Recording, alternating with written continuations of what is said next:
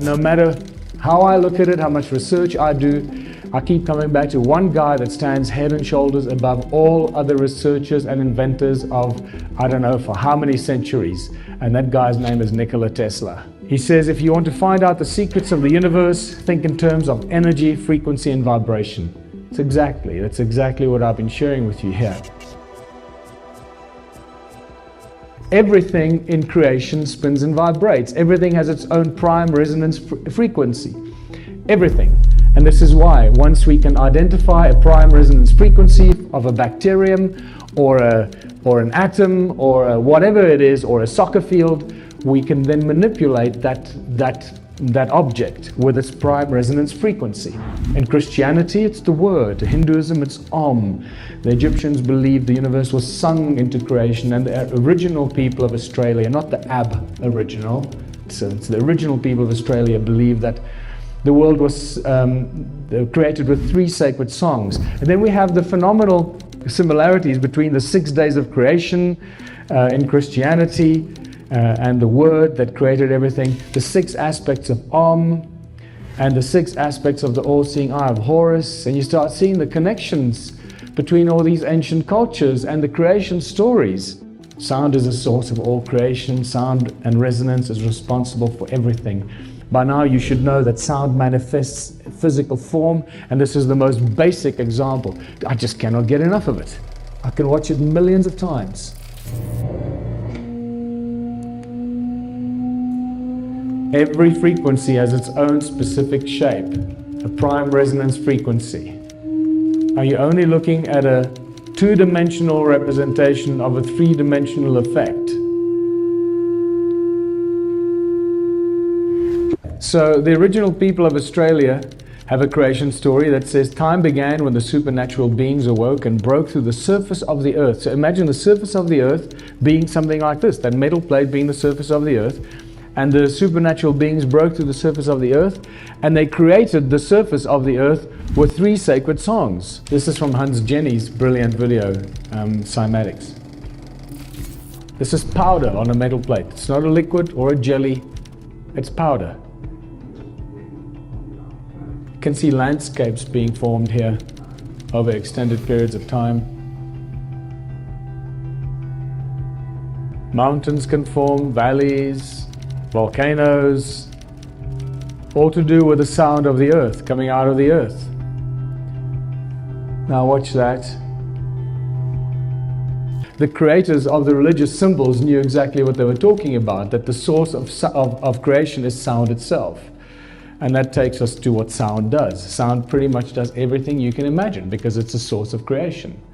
And this brings us to using sound as a tool in technology. Sound creates light. It's very obvious. We know that God said, let there be light, and you can do this yourself by attaching a speaker to an LED light and see what happens. Royal Raymond Rife, you should know by now, that cured with the man that found the cure for all disease with sound and resonance. It will convert to electric impulses, and sound continues to amaze us. Sound can levitate. By now, you would have seen this many times. Just a very quick idea that sound actually does levitate things, but this is not how the ancients used to levitate the very big, heavy objects. This is a very different technique used here. This is just pressure waves that can levitate things, very light objects, but it does give you the ability to imagine that sound actually levitates. Sound creates hurricanes. There are 2 guys in 2003 that lodged a patent to create hurricanes out of sound, believe it or not. And I believe they were granted their patent to create hurricanes. And maybe this is how they create the weather for us, without us even realizing it. And this is where we start getting into the real understanding of some of the masters. And no matter how I look at it, how much research I do, I keep coming back to one guy that stands head and shoulders above all other researchers and inventors of, I don't know, for how many centuries. And that guy's name is Nikola Tesla. He says, if you want to find out the secrets of the universe, think in terms of energy, frequency, and vibration. That's exactly what I've been sharing with you here. Everything is sound and magneticism, and this is really important. So what most people don't know is, remember, sound, God said, let there be light. So it's sound moving sound manifests as toroidal fields. Those moving toroidal fields create magnetic fields, which are toroidal fields as well, and moving magnetic fields create electricity. That's the sequence of events. But this tells us that because sound creates magnetic fields, it means everything must have a must be magnetic in some sort, and in some sort of way. And if it's not, there's a very specific reason why it's not magnetic. So here's an example. You might not think of water as being magnetic, but it is. And so are graphite, aluminum, and glass. Aluminum is a good example of a paramagnet. And so is oxygen, which is attracted to magnets. Here, I have a few milliliters of liquid oxygen which sticks to the magnet. I'll explain why later. Gadolinium oxide and cupric sulfate are good examples of paramagnetic substances. Cupric sulfate is a salt that can be picked up by a magnet. Here is a picture of an electron. There's a picture taken about a decade ago. They tell us that this is a light beam or electron riding a light beam. Can you see a particle anywhere in this picture? No, there's no particle. They're resonant waves, and yet they tell us it's an electron. Can you see how we get brainwashed? So this is what Nikola Tesla has to say about the electron from an interview in 1928. On the whole subject of matter, in fact, Dr. Tesla holds the view that are startlingly original. He disagrees with the concept of atomic theory of matter and does not believe in the existence of an electron as pictured by science. This is a shock to the system, because we all think electrons are real. And you start seeing an agenda being developed here, an agenda being developed by mainstream universities, the mainstream scientific fraternity, under the guidance of those that are trying to lie to us and make us believe things that are not so. This is what Einstein has to say about the electrons. In the theoretical treatment of these electrons, we are faced with the difficulty that electrodynamic theory itself is unable to give an account of their nature. For since electrical masses constituting the electron would necessarily be scattered under the influence of their mutual repulsion unless there are forces of another kind operating between them, the nature of which has hitherto remained obscure to us. So he says, he doesn't quite understand how electrons come into being.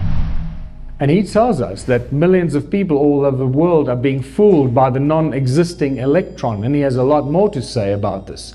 And you start seeing that scientists and inventors and researchers over the last 200 years have been vehemently opposed to this whole concept of an electron and the atomic structure that has been forced down our throats and through all our educational institutions, that we just take for granted and we accept because we believe the guys that teach us this to be smart and they're not lying to us. We just accept the stuff. So what are the stone circles all about? By now you can see that clearly we're dealing with cymatic patterns. It's very obvious we're dealing with cymatic patterns.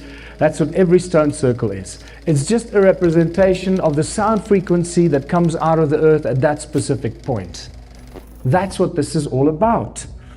And some of these cymatic, like sand on a metal plate, but now these are stones, right? Some of the structures are actually very distinct magnetrons. And of those flower shapes, every time you see a flower-shaped stone circle, it means they actually built an ancient giant magnetron like this. Magnetrons that can cut metal in a split second. And I asked two magnetron scientists, how much energy would a magnetron 40 meters in diameter generate? Remember that a tiny magnetron can create so much energy in a laser beam that cuts metal in a split second. I mean, it literally just melts the metal. Bzz. And the answer was that a magnetron that size would create more energy than all the power plants on Earth together combined. We have thousands of these magnetrons in Southern Africa, thousands of them. So these guys are generating so much energy, it's insane. And we know this because we measured it. We measured the sound frequencies, the electromagnetic fields, the loudness in decibels. And it's just insane what's coming out of these stone circles. Adam's calendar is the most powerful of all these stone circles. Adam's calendar is actually much more powerful. It's as if they all seem to be sending their frequencies to Adam's calendar, and that's like the collection point for all this, the energies created by all these millions of stone circles. That's what it seems like. So what we have at Adam's calendar is a very definite toroidal effect, and it's alive even today because we measured it. So when you look at ancient structures built out of stone, you realize that these guys knew exactly what they were doing. They understand that stone is the tool that carries with it, in it, information, storage capacity. It's an energy source, and that's why they used stone. Not because they were stupid, because they were very smart. We're the dumb ones, but we're catching up quite quickly. So what's very obvious now is that all these ancient structures, from the pyramids, Borobudur, etc., are all ancient machines. They were giant machines built out of stone, crystalline substance, to create or to perform specific functions. It's just the function that we haven't figured out. It's powered by the sound of the earth and activated by the movement of the sun. I mean, it's bloody brilliant. It's so simple. And now we're figuring this out, and we know that the energies are still there, because this is a photograph taken of the pyramids, and there's still huge energy coming out of the pyramids. Even the symmetrical patterns coming out of Stonehenge, although Stonehenge has been completely reconstructed, there's still very powerful symmetrical patterns coming out of Stonehenge that tells us that its original structure was very specifically created as a resonating device, an energy device. All this ancient stuff that we're dealing with, just like I said, these ancient machines are just advanced technology on a gigantic scale. These obelisks in Egypt, they ring like bells. If you listen to them, they ring like bells, just like those stones in my museum. And when you go into these temples in Egypt, you know, we're told that they were built for this and offering. It's all nonsense, offering and praying.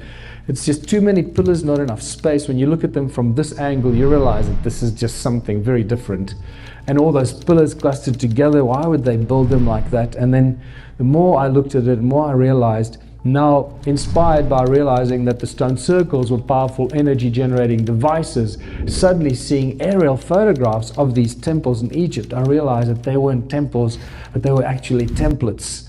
That we're actually looking at gigantic energy circuits, circuit boards on a gigantic scale that we could never have imagined.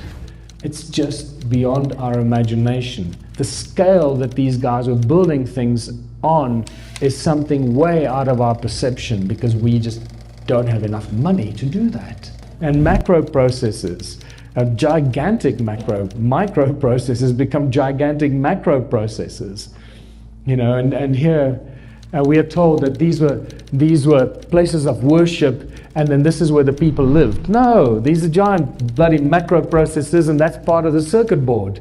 You know, it's what it is. And you can start seeing that the pyramids were the same thing, giant powerhouses, creating huge amounts of energy. And just, you know, you start seeing things and recognizing how all this fits into ancient history. Sacsayhuaman is also just a giant circuit board. When you look at images from the air, you realize it's just a giant circuit board. It's not a fortress on top of a mountain to ward off marauding crowds and guys on horses and spears. No, it's a giant circuit board.